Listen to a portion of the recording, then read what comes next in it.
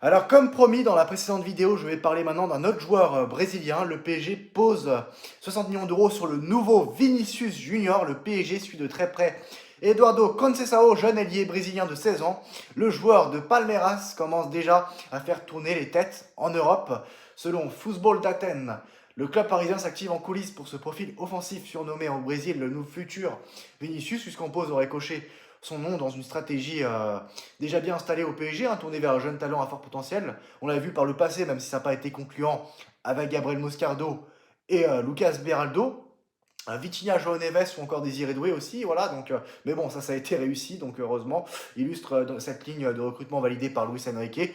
Le joueur appartient encore à Palmeiras, sous contrat jusqu'en 2029 et ne laisse personne indifférent. Les deux clubs anglais surveillent aussi, voilà. Donc il y a des clubs anglais comme Arsenal, Chelsea, Manchester City ou même Liverpool qui sont cités dans ce dossier. Et un transfert à plus de 60 millions d'euros déjà dans les discussions par rapport à ce joueur-là, toujours d'après Football Data. Palmeiras fixe le prix d'entrée autour de 60 millions d'euros. Peut-être qu'il faudra même mettre plus. Voilà, parce que ça parle déjà d'un prix de 60 millions d'euros. Après, ils sont pas bêtes, ils ont raison. Dans la continuité de la vente d'Hendrick au Real Madrid, le PSG ne recule pas devant ce type d'opération, même pour un joueur sans expérience européenne. Le club parisien doit composer avec une contrainte claire. Eduardo Conceição ne pourra rejoindre l'Europe qu'en janvier 2028 au plus tôt.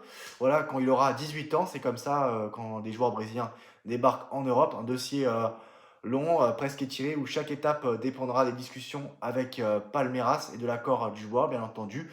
Comme un chantier déjà lancé, mais loin d'être fini. Donc voilà, après ce genre de transfert, pourquoi pas en vrai. Le Real Madrid a fait souvent ça ces derniers temps et ça a plutôt marché.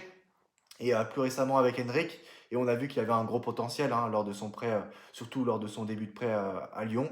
Donc voilà, il doit avoir plus de temps de jeu par exemple, mais c'est des joueurs intéressants quoi. Voilà, c'est ça. Donc voilà, n'hésitez pas à donner vos avis en commentaire, qu'est-ce que vous pensez de ça, de ce type d'opération, et on se retrouve très prochainement pour une nouvelle vidéo mercato concernant le PSG bien entendu. Salut!